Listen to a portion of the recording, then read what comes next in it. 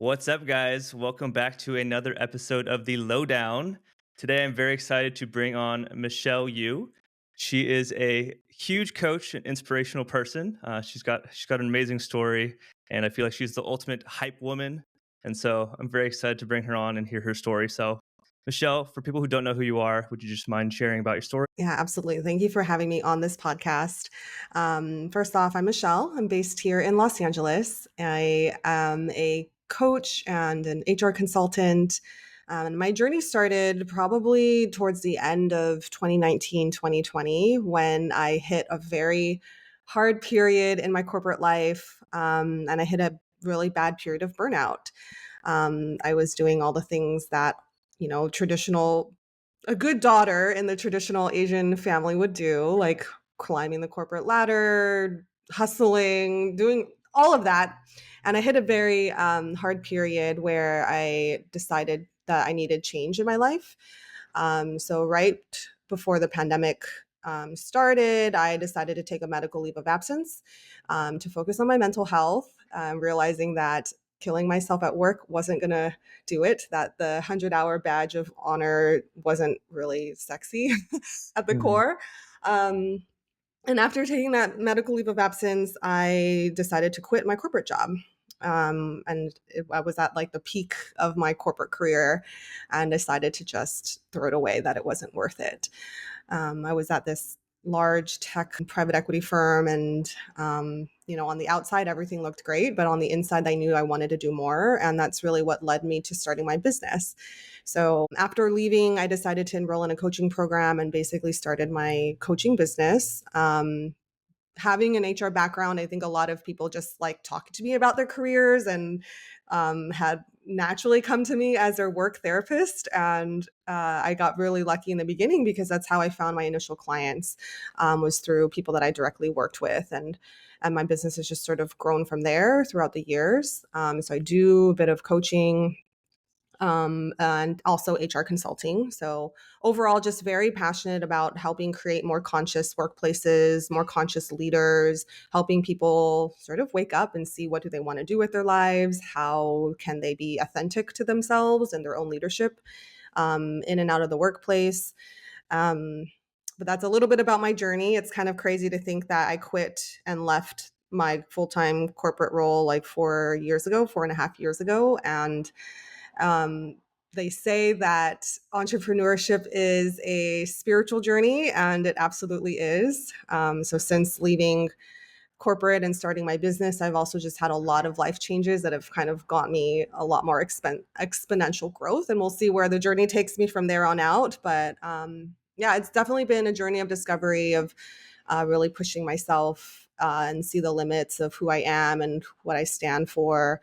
Um, but I will say, as you continue to grow in the journey, I discovered that, things don't no longer serve me anymore. And there's bigger things that we strive for. So the first big decision was leaving my corporate job and starting my business. And then the second big decision was ending my marriage and my relationship of 8.5, 9 years.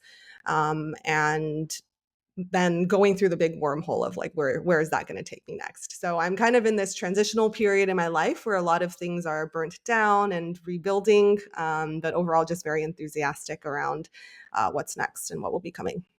Amazing. Thank you for sharing all that. I mean, it takes a lot to be very vulnerable, especially to a stranger and on the podcast. So thank you for sharing all that. Was the burnout, was that something that gradually happened over like say like a course of 6 months? Was it just like it happened very quickly? Can you talk about that mindset or what happened during that period? Yeah. Burnout is like a slow trickle. I mean, now coming out of that side and like now having better tools to regulate myself, I always believe that it's the small habits and the consistency over time that will make great shifts in the future. So for something like burnout, it was like little things day to day where I would neglect my own self-care routine, where I would neglect working out, where I would go to bed really late and then wake up grumpy. And that day in and day out and being unconscious around my habits was ultimately what led to burnout. And this was probably over a series of 3 years where your body just tells you one day, like, I can't do this anymore. And I'm a very holistic person. I love doing yoga. I've been trained in India as a yoga teacher, and I fundamentally believe that, when we get to that period and our like we've been doing too much, our bodies will try to get our attention, and that's what leads to illness. And that for me, that was like uh, just having a lot of brain fog, like not really being able to like get myself out of bed and realizing like this doesn't happen out of nowhere. It's really the accumulation of like these habits that had gone on unchecked for a very long time. Mhm. Was that having a really big impact on the relationships, whether it's friends or family or your partner? For sure. I would say so. We don't I mean, it's kind of like hindsight's 2020. Like in the moment, I didn't know what was going on. I knew that things just had to change, right? I knew that whatever I was doing was unsustainable, that I was on this rat race hamster wheel to climb faster, to make more money, to have more prestige. And then I had to wake up like, what am I doing? Is this life what I want? Is this executive's life what I want? Um, and and sometimes you just need to step away from it to get more perspective. So Mhm. I'm really glad that I have had amazing mentors that keep things in check and can really keep me grounded because it's just easy to get swept up into that and to get influenced by other people's paths and their desires and like society conditioning and all of that sort of thing, like what your parents want from you, what your boss wants from you, what your partner wants from you, and then realize like, is this actually what I want for me? Mhm. So it's kind of this accumulation. Both leaving corporate was like a liberation of that conditioning, and then leaving my marriage was also like a second liberation of like, whoa, what do I actually want in a relationship and a partnership? Uh, Mhm. Are you okay to talk about the marriage and all that stuff? sure. Yeah, so do you feel like what happened was where you were envisioning your life, was your partner just not aligned with that? Or, like, you talk about that? Uh, yeah. So for anyone that's on a really big growth path, like I met him when I was 25 and I'm like, it's been a decade later. For anyone that's on a growth path, I think that's one of the biggest challenges is you either grow together or you grow apart. And who I was when I first met him is very fundamentally different from who I am now. And I think that was in a very simple nutshell, like that was one reason for where it led. And again, it's like little habits day by day that depreciate your energy, your love bank, whatever it is. Like I'm very much a believer in, I mean, there's like that book, Atomic Habits, right? It's the same boring stuff day in and day out, whether it's in your business, in your work life, in your relationship. It's about building small, good habits. And when someone is like consistently wanting to get like 1% better and grow, and the other is more or less staying the same, then eventually you get this like exponential difference in how you see things. Mhm. I'll leave that at that. I don't get into much details here, but I did write a book of poems as part of my healing journey Mhm. called The Day I Left. So it does talk a little bit more about that on a more intimate level with my challenges of health and infertility and ultimately, just coming into consciousness of what I wanted for myself and my relationship in combination with that growth. But I'll kind of keep it short there. I think anyone that's gone through a major breakup um, really understands that it doesn't happen overnight. There's a Mhm. lot of things that happen behind the scene, just like with a burnout, right? Like there's a lot of things that might be happening on the background that people don't see. And which is why it's important to be kind to people because you never know what battle they're facing on the back end. Totally. Yeah, I agree completely. Um, Before you were leaving corporate, I mean, that's obviously a huge thing. I mean, because 'cause I'm a nurse, and I feel like right now I make such an amazing income compared to the rest of the country. Like, I work at Stanford, and so a lot of nurses where we work, we often say that we feel like we have the golden handcuffs. And so, um, how much were you making, if you're willing to share, at the corporate job before you left? Yeah. Back then, this was like 5 years ago. I think my base was at 250 with bonus. I was probably at like I think I was like 340 all in. And I was like, okay, this is good money. That's great. And mind you, like I started at the bottom. My first job out of corporate, I made 30K. And as time progressed I think that was within 9 years, I like 10x'd my salary. And I'm in HR, so I know the skills and I know what you need to like play the game to get to that level. Um, but I would say that it was this. awakening that like what's you're making this much, but I'm also pouring in like 100 hours a week, so Yeah, what's it actually costing me? totally. And so when I left, of course, there was the whole golden handcuffs. I was married back then, and the biggest fear was around benefits, right? Oh, am I going to have insurance? And thankfully, my partner did have insurance. But within like a year and a half, I was making my first full year in business. That business tax return, I made more than what I did in corporate, and I was like, "Fuck Well, yeah, I made the right decision." I like made more, and I had more freedom, and I had more fun, and it was exploring. And then the next year, like it tends to be, it's a little bit uneven, but I think it was just more like I can prove to myself that I can make money out of my own brain, out of my own brand, and that made it more. It gave me more confidence to just continue going. Um, but yeah, it's a journey, and I attributed a lot to like focusing on my own growth and having mentors along the way, because when I first quit, I didn't have a backup plan. I was so burnt out, and all I knew was I needed a break. mhm, I didn't have a backup plan of building a business on the side. Some people are really savvy and strategic where they're building while they're in corporate because their W-2 allows them to do that, but I had no energy to do that, and I had no time, so I just quit and I was like, we're going to do this. We're going to build and let's see what happens. And there were times where in the beginning I wanted to quit and go back in, but I would say like as time kind of went on and I got more into the rhythm of things and finding my own flow or finding more communities and like changing my mindset, it didn't come from a place of fear anymore. Right? I mhm, think when you leave the golden handcuffs, the first initial reaction is like, I don't have anything steady anymore. And that was a really big trigger to your nervous system that's like used to stability. And then when you're working by yourself, you have to learn to like rewire that. Like some months you might have like make more, and then other months you might make less, and you just never know. So that's really like as an entrepreneur, it's so important to be able to like manage your own energy. Um yeah, but it's a journey. Like it's a spiritual journey, and it's a mental journey, an emotional journey, and learning to really manage your mind in the midst of like the changes. yeah. I think sometimes going cold turkey like that is kind of the best thing to do because it lights a fire under your butt. Because for me, I'm trying to build my business on the side right now because I work 2 or 3 days a week in the hospital, so I have a lot of flexibility to do stuff on the side. But sometimes I feel like knowing that I have that to fall back on doesn't really push me as hard to do it as quickly, if that makes sense.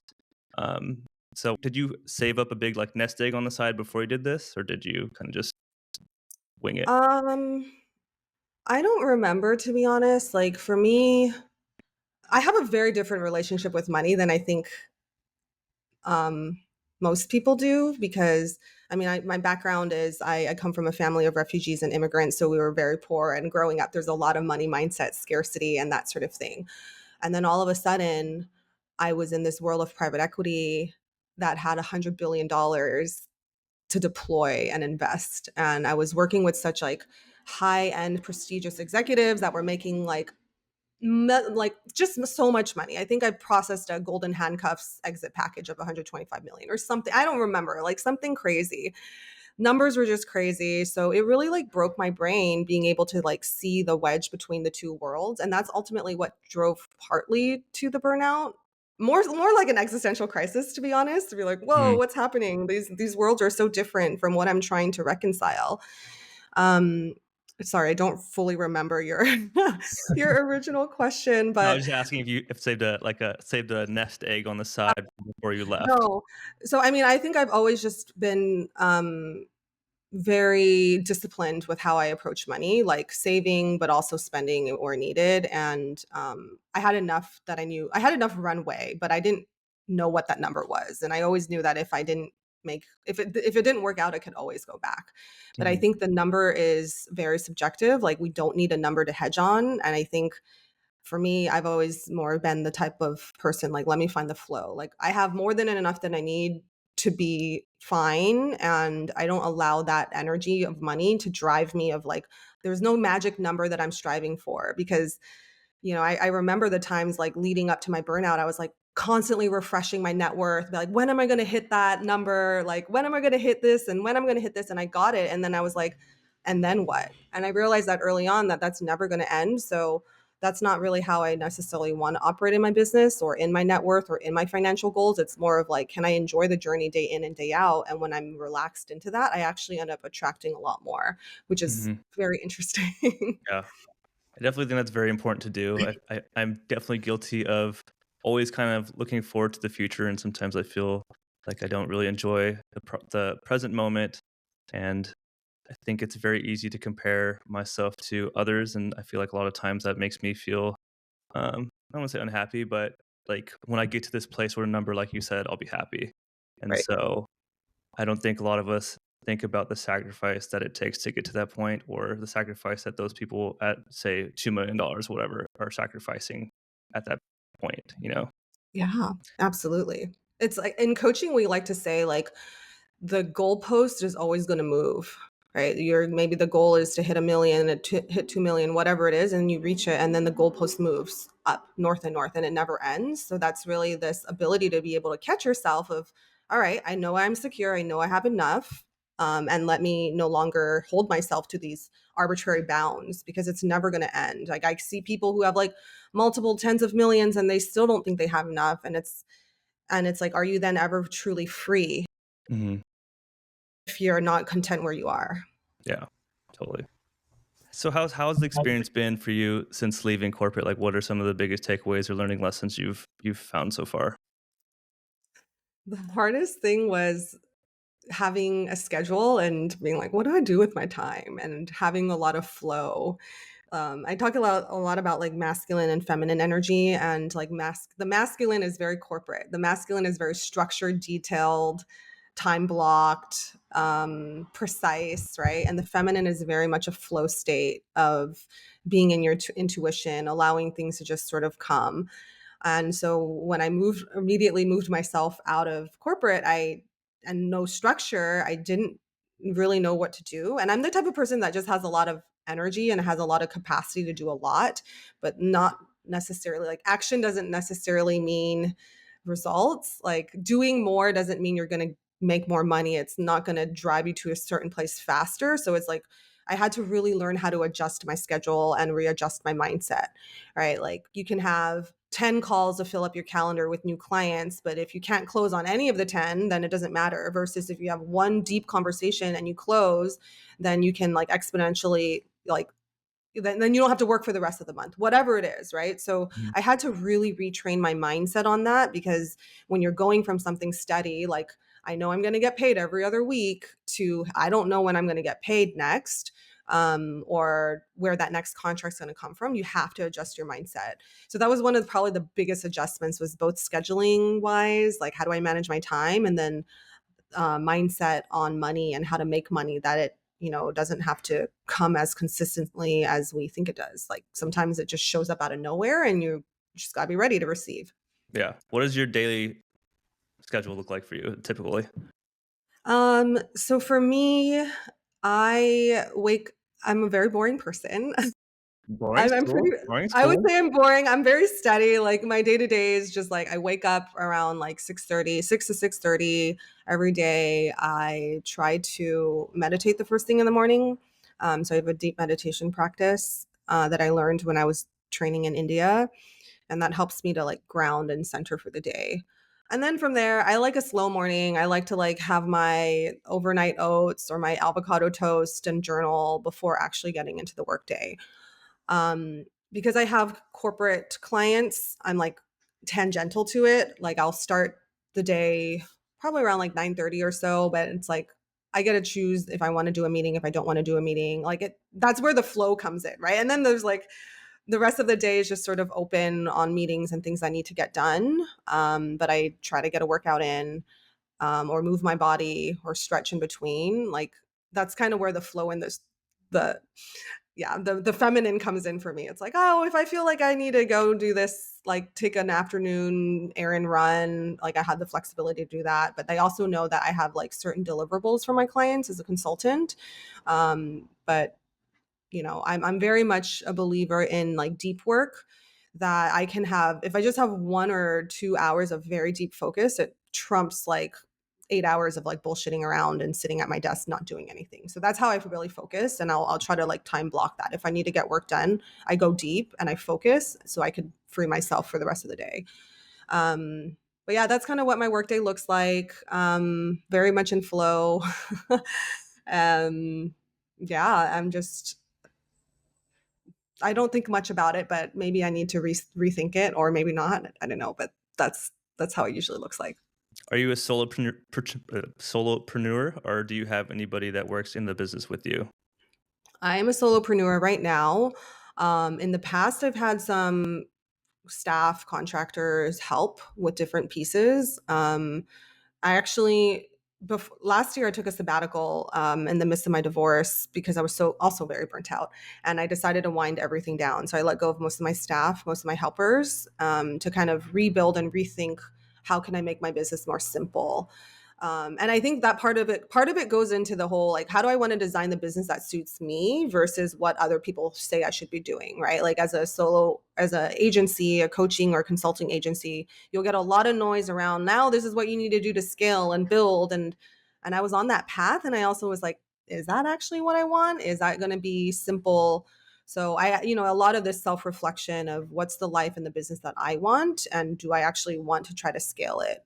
And right now I'm in a place where I'm like figuring that out. And if I wanted to, I'm sure I can, but it has to come from a place of like flow. Like I don't want to operate, I should say, from a very like doing it because that's what society says or that's what the industry expects, but more so because I'm intentional around like why I'm doing it. Mhm. Um, yeah, all around intentionality. I love it. I'm definitely trying to be more intentional. Everything I do, my Yeah. time, people I hang around, actions I'm doing daily.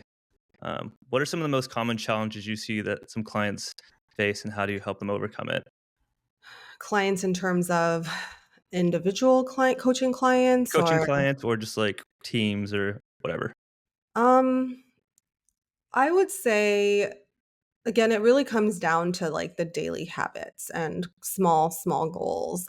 Um, as a coach and as a consultant, I just have a lot of conversations with everyone. And the reason why I'm so able to be so vulnerable and not hold attachment to it is because I have these conversations with people all the time. And I know that we're probably facing these experiences, but no one's saying anything. And that's why I'm like open about it, because I don't know who this might resonate or land with, but I know that they're happening because I have these intimate conversations, and that's why people come to me for coaching and they come to me for help.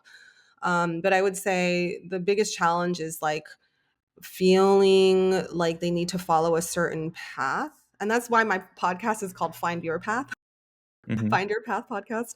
But I think a lot of people find a lot of pressure with like the path that they're on because they feel pressured from parents or society or peers to do a certain thing. Um, and again, it just comes down to intentionality and like self reflection if that's really what you want to do. And if that, you know, is actually the direction that's most suitable for you, and being honest Mhm. with yourself. So that's one.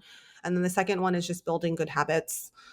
um, Success is accumulation of small daily things. There's a phrase I love. It's how you live your day is how you live your life. And it's not necessarily about these huge milestones that we see on the outside, but it's about like day in and day out consistency. And, you know, I mean, you can have these peaks. I think I lived that life where it was like constantly peaks and valleys, but being able to have a more like leveled out life where you have just consistency over time. It just gives you more sustainability in the long run. Mhm. Are there any specific habits or routines that you think have like the biggest impact on personal growth? Hmm. So many. I mean, I'm happy to share around like my yoga and meditation routine. I Yeah, think please. that's really I saw on your helpful. website you got lots of hours doing yoga in the Himalayas, so I would love to hear about that. Yeah. I mean, I'm a yogi, which is like a yogi at heart. Not necessarily yoga is not around like how you look and the poses that you have, but it's about a mindset and a philosophy.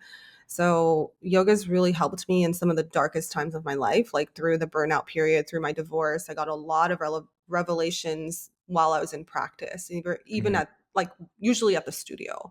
Now I just usually practice at home. But it's this ability to be able to like silence yourself inside, I would say that's probably given me the most success is like I'll go to a conference and I'm energized by everyone around me, but then I need time to come inwards to think and process like, okay, it's great to get that influence, but who am I? Like, what's my tune? What's my essence? And not to get infiltrated.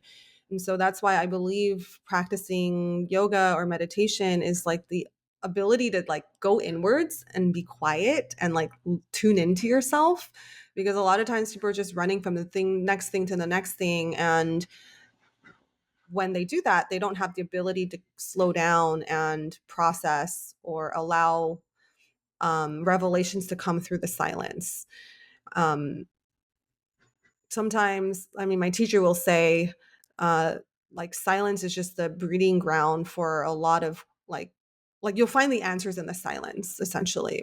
And it's not necessarily around speaking more and doing more, but when you're actually still and can let everything kind of settle, then you'll get a lot of wisdom within. So that's been one of the biggest things that's helped me. And when I'm like in a frantic day, just to get a couple of minutes or even a minute to slow down, focus on my breath, to allow all the stress, all of that to melt away and just be really present. So I can go from this podcast to like a meeting, a hardcore meeting in like 30 minutes, because I can now manage my energy and center myself and be really present in whatever conversation that I'm in.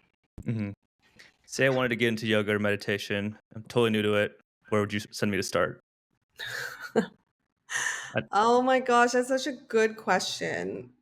I mean, just going to any sort of studio, like, and just trying it, right? I think as I started taking on like yoga training, people, the first question and people would ask is like, "Are you going to be a yoga teacher?" I'm like, "Maybe. I don't know yet. Maybe I'll bake it into my coaching. I'll bake it into my consulting. I'll bake it into the essence of who I am, but I don't know if I'm called to be teaching in studio yet because it takes a lot of energy to do that."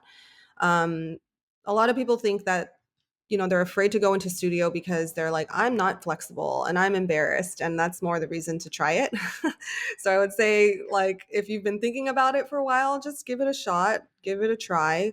I think a lot of people don't like it because it's slow and they're like, I can't focus. I'm like two in my head. And it's like, that's exactly why the practice is there, is to help you get out of your head and into your body. And the more that you can, it's a practice, right? It's just helped me to like refine my energy so much, to focus on my mat, not on the person next to me and how awesome they look, or not looking at like how hot the instructor is. Like you focus on your mat and you focus on just showing up and you focus on being really present. And I think that's what it's done for me, and that's the benefit it's done for me. And then I just encourage people to try it and yeah, see what it can do for them. Yeah, I tried yoga for a very brief moment. My wife and I, we had a Peloton at one point, and so we were doing some of the guided yoga stuff through the Peloton. And I think I lasted like 2 or 3 classes, but I think doing it in a studio sounds much more appealing. I don't know if I could do the hot yoga because I just hate heat, but Yeah. yeah, it sounds amazing. How was doing the yoga in the Himalayas? That was definitely an experience as well. It's one of those like bucket list things that I've had.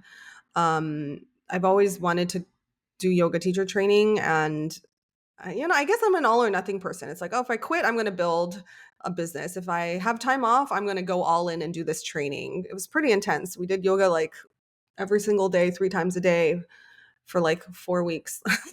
Wow. But I'm all in, right? I'm all in, and it was there, and it rewired my brain, and it was awesome. It helped me to get and understand the pure essence of it. And I've never felt more grounded in my life going there. It was Good. like a continual ayahuasca trip. Like it was a continual ayahuasca journey, like every single day while I was there. But it totally rewired me. Yeah. You've mentioned teachers and mentors a couple times throughout the podcast so far. Can you speak to who they are and how they've had the biggest impact on your life? Yeah. I feel very lucky to have crossed paths with my teachers. And my first one was probably my therapist that I met when I was 25, and we're still friends and we still talk every once in a while. I don't see her as regularly anymore, like if at all. But she definitely changed my life. Her name is Jane. She lives in Oakland and Malaysia. But She totally changed my life, opened up my eyes to just like a different world of like spirituality and um yeah, phenomenal. Um and then my other teacher, and probably the newer one, is the one from India, true master. His name is Ananji. Um and his yoga center is called Sattva Yoga Academy in Rishikesh. And he's like a true master. His essence, you can feel the presence when he speaks and the wisdom that channels through when he speaks. And that's what keeps drawing me back there, is to be able to emulate that for my clients and for my and just like my friends and my family, to be able to kind of share that magic. But I would say those two people fundamentally have helped me. But I've always had a lot of coaches. Like I've had business coaches, I've had just like feminine coaches, like just coaches to help me with a different part of my life. That's what I've learned in the last couple of years, is if you want to improve one area, find an expert in that area and they can help you. But make sure you resonate with them. Don't just sign up for the sake of signing up. But Mhm. those two mentors, they kind of helped me in like their teachings helped me in like a lot of other aspects of my life. And so grateful and hope that I do justice by being able to be a conduit to their messages and like kind of ripple effect out my learnings that way. Yeah, that's awesome. How much do you think you spent on coaching in your lifetime? Oh my gosh. I was actually We're thinking, transparent. we are transparent. I'm not even gonna lie. I've probably spent like $150,000 in coaching, like over six figures in the last 3 years. I've had coaching packages from like $2,000 to $30,000. I've like done business coaching. I'll share this. Two business coaches for 30K, so that's 60. Another business coach for two rounds at 10K, so that's like 80K. I joined Zen Coast, so there's that. And I've joined like smaller other coaches here and there, packages between like 5 to 10. So okay, maybe not. Actually, yeah, it's probably like 120, 130. I don't know, but I think as a coach, our goal is to keep growing. Yeah. Like we have to keep growing. So I would, oh, and then in addition to the coaching, I did a lot of retreats as well. So last year I did a lot of like personal development retreats and time away, like yoga training is another, so actually, yeah, it is probably about 150 like in the last 3, 4 years. That's amazing. I think that's awesome. Like, I used to have the scarcity mindset where I was like, "Why would I wanna take a coach or learn when I can just try and learn it myself for free on YouTube or whatever?" No. And last year was the very first time that I joined a coaching program that was the flipping one. And then this year is when I joined Zen Coast, and both Yep. of them were I think have totaled to about, like, 25,000 so far. And yes, Yep. in the grand scheme of things, it sounds like a lot of money, but reality, like, to me, this is my version, I keep telling myself, of grad school. And so, I don't know, I just feel like investing in yourself is definitely the most important thing, because if it can exponentially help you in the long run, then why not? Like, you're either Absolutely. gonna learn with time or you're gonna learn with money. Um, and so I think if I could just expedite the process and cut my learning time from 5 or 10 years to, like, a couple years, to me, that's absolutely worth it. Yeah. I fundamentally agree with that too. It's like, why would I take like time for me is very precious. And if I can learn and fast track my results or fast track my learnings from someone who's like done it, then absolutely.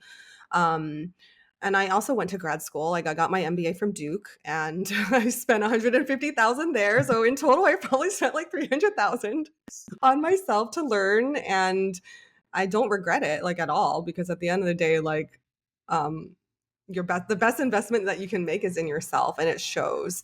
And it's a journey, right? It'll take you to different places and bigger spaces and bigger communities, and just I've just met so many cool people along the way in these programs, and I think that's like completely invaluable. But you're right, there's some people that are going to be very scared, like why would I spend 10K for a coach, or why would I spend this on that when I can do it myself? And it's like, absolutely, but what's that gonna cost you to Mhm. learn, to, like, spend effort and energy versus, like, having someone guide you through? And I'm Yeah. like, I want the fast results, I wanna fast track that as much as I can, so, yeah. There's so many gurus now on social media. How do you weave out the good ones from the bad ones? Great question. I've definitely fallen into that trap, right? Everyone's selling a course, everyone's doing this and doing that, and I'll go back to my yogic philosophy is well, there's a teaching that my teacher taught me in yoga. There's three areas of intelligence that we can have in our bodies, or intelligence that we can access from our bodies. A lot of us are very cognitive focused, right? We're like thinking and making all these decisions with our heads, but the three areas in our bodies that can give us a lot of wisdom are our heads, our hearts, and our gut. So being able to listen to like what's your heart telling you, where is it being led, is a big one. Like using that into your decision making, and then your stomach. Like nowadays, there's so much intelligence around like gut health and just like knee jerk reactions, right? Your gut will know if something feels right for you or if it doesn't feel right for you. Um, like that's just our natural instinct. So when we can start to make decisions with our whole bodies, like using our head, our heart, and our gut, then we can better know if it feels like in alignment to who we are. So I've been starting to play with that a little bit more in my decision making. Like sometimes my head will fight it a lot, but then my body will be like, yes, it feels right. And I get the tingles, or like I just know intuitively that it feels right. And my heart's like very happy and aligned. But my head wants to fight it, right? So when making big decisions, whether it's buying a course or like, I don't know, leaving your job or that sort of thing, you have to make sure that there's alignment in those channels in your body.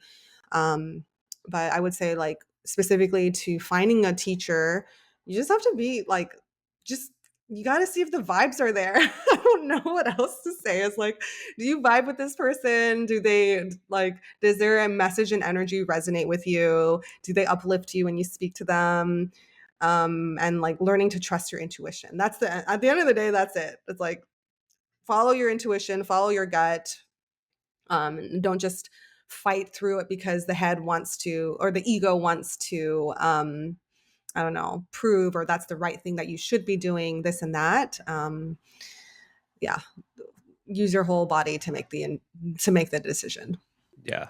I think you really have to make sure that the coach, their core values align with yours, just like you said. Because if you're following a coach, like just for me, for instance, if I'm following someone, there's no way I'm going to follow someone who could be making X amount of money, but say their relationships are awful and they don't see their family. And so for me, it definitely has to be someone whose family is above everything. Mm, So yeah, I think that's definitely very important. yeah, Um, absolutely. I think it's interesting too, like coach versus mentor, right? And I say this like recently, I discovered one of my mentors, like I thought she was married and she had kids and she didn't. And that was a big surprise for me. And I had to think about it. And her rationale for not sharing that with me was because, you know, not to have that leak into my own perception. Like I have my own stuff going on. And if I knew that she was never married and that was what I was looking for in a mentor, like then that would infiltrate my decision. And I thought it was a very interesting approach and philosophy on that. Like, do you actually need your coach to have gone through what you have gone through? Because our not everyone's going to know and fully understand your journey. And is that necessary? So I've also been asking myself that too, right? And someone that I'm looking for. Ultimately, at the end of the day, I search for someone who's done their work, mhm. who knows who they are, who's very clear in their energy. Because if you're getting advice from someone and they've not done their work, they're going to project that onto the other person and they're going to start leaking into it and they're not going to be able to like catch when that's happening. And that's the most important is like, what's the energy that they give out? Are they projecting? Have they worked through their own demons and slayed their own demons to come from a clear place to give a perspective to someone? It's just like I would never go to a psychic or a reader who I felt like hadn't done their own work or had like a ominous darkness to them or whatever it is, right? So I guess it kind of goes down to like back to the vibes. What's the Yeah, vibe of this person? Yeah. totally. Say I wanted to get coaching from you. What can you just walk me through that process of say I'm a new client? What's the initial kind of, I guess, like building rapport or initial steps that we go through? Sure. Thank you for asking, by the way. I think all coaches are different, right? Like coaches all have their own style, their own worldview. Everyone's been trained in different places. There's no one right way. That's why I think it's a fun practice, right? What makes me me is not what another coach is going to have because I have different experiences than them. I was trained differently, this and that. But for me specifically, I have a framework that I created for my coaching, and it's broken into three parts: awareness, approach, and actualization. So, whenever I have a new client, I explain this to them that the first stage is kind of slowing down and creating awareness of yourself, right? You have to know who you are. You got to know your strengths. You got to know what you like, your values, who you want to emulate, where you want to go, basically, before you can actually start going somewhere. Um, I always start with slowing down and creating a foundation of awareness because when you know that, then you can start setting things in motion. So the second stage is around the approach. This is like more of the how, right? What do you need to do strategically to change your day, to change your habits, to have that conversation? Whatever it is, there's a strategy around it, but we don't do the strategy first. We go like that would be putting the cart before the horse. So we have to have a foundation of where we want to go. And then we have the approach of like, how are we going to get there? What's that strategy? And then the last stage, I call it actualization, kind of based on like Maslow's hierarchy of needs, which is around becoming that best version of yourself, most self actualized. And that's the day in, day out consistency. That's the determination, the persistence, the picking yourself up when things are hard, when you're failing and falling on your feet and people are saying no, and all of these things. That's where the growth is. And that's where the long term results will come from if your mindset is managed.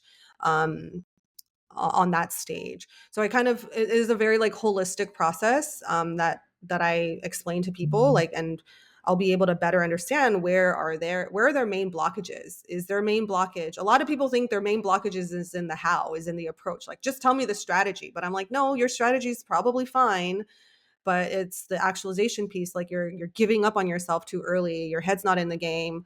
Or maybe it's the awareness piece where they're like, I don't know where I want to go, and they haven't explored that enough.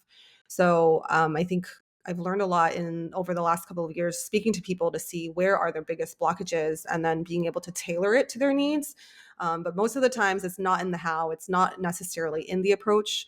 um, you know you can get results from a ton of different actions, but it might be one of the other two where they're actually getting stuck.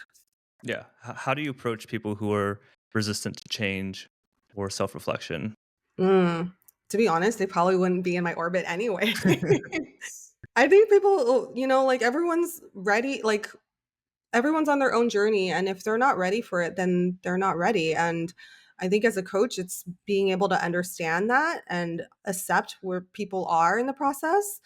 But I never force any of course I can't force anyone to go into coaching. Like if they want to do it, it's for their own development.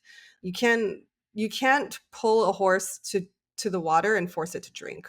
Yep. Right? There's that phrase, right? Like if they want to do it, they're going to do it, and my goal is to keep them focused according to what they want, their goals, get their head in the game, get their mindset right, kick them in the butt, support them, all of the things depending on uh, more intuitively like where they're at in their process. So of course all coaches are different. Everyone has a different style. There's some coaches that are going to be a hard ass and they're going to come from it from a more like tough place. That's not my approach. My approach is I mean I am who I am and that's my approach is going to be a little bit more like holistic and yeah, feminine, I guess. Can Yeah. you share any examples or stories of any clients who have gone through transformative experiences, I guess, because of the coaching? Yeah. There's so many that I can't there's just so many.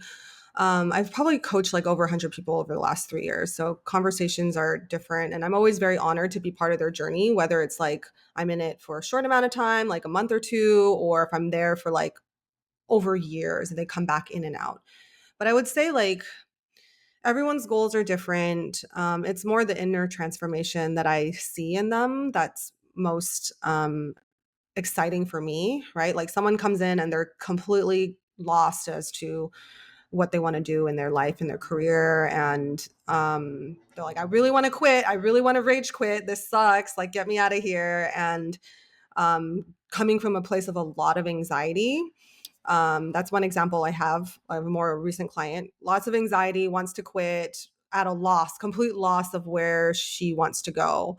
And then over time, we really build on the awareness piece, and then we put in the strategy in place. And at first we thought, oh, it was maybe just her switching jobs, but then it ends up like she's going to go to grad school, and she's on that path to want to find like that bigger mission of like helping people. So that's one example I can think of, but there's just so many, right? People who like they want to get to the next level in their career and they do it, but they do it out of ease. They do it no longer in a way where they're like beating themselves up, and it feels more light. So I've seen that. Yeah, just I've seen a lot. Private conversations reveal a lot. Yeah. Yeah. What's your biggest piece of advice for someone who's trying to make a significant career or life change? My biggest piece of advice. Go for it. Yeah, exactly. To just go for it. Right. Like the hardest part is making a decision, but once the decision is made and once you're confident in the decision, then you can move forward. But I think a Mm, lot of us are just lingering in that, and they're like, I mean, big decisions, right? Leaving corporate. Should I end my marriage? Should I move out of the Bay and move to LA? Should I go back into corporate, right? Big decisions like that. Um, just go for it. There's yeah. a lot of things that are reversible, minus having kids. There are a lot of things that you can reverse in your decisions, and even just reminding yourself, well, what's the worst case that can happen? What's the worst case scenario? I can always quit and come back. Or maybe Yeah. I lose some money, but that's okay. Like I'll make it up, I'll learn from it. But you can't, time is of the essence too. Like how much time do you want to wait on a decision that's weighing you down? So I Yeah. just Time. recommend people like go for it. Yeah. Time is everything. We only got one life. Exactly. So why not go for it? Mhm. Are there any upcoming projects or things that you're most excited for coming up or to the end of the year? No, I think I'm in a state I've had so much transition over the last year where I'm really in a state of like staying put and trying to build more foundation. So I'm excited to be boring in all honesty. Like I'm excited to just like keep doing what I'm doing or trying to do what I do on a day in and day out basis and stay consistent. And then I'll go back to India to do more yoga training in January. So I'm really excited about that, and being able to see how like a year of consistency will change you. But I think that's like, I don't think there's any magic sauce to any of it. I think it's just being consistent. And I'm excited to just see where that will lead me. Yeah. Well, Yeah. Michelle, this has been amazing. Thank you so much for sharing such amazing stories and insight. If people want to get a hold of you, how can they do so? Yeah. You can follow me on Instagram, Michelle Yu Coaching. My last name is spelled YU. Or you can listen to my podcast. It's the Find Your Path podcast. And then there's more information about my coaching if you want to work with me. It's Michelle KU, www.michelleku.com. But I really don't work with too many clients. Those that do decide to work with me have to be like really all in and wanting to do it. That's kind of by design now. I want to just have a very small bespoke practice so I can keep the quality high versus I'm not trying to scale. I'm not trying to create courses. I just want to be me, and you'll learn more about me through the social media channels and my website. Awesome. Well, thank you everyone for tuning in to another episode of the Lowdown. Hope you guys enjoyed it. I will put the links for everything for Michelle down in the show notes. So yeah, I'm Lorenzo. This is the Lowdown. See you guys on the next one.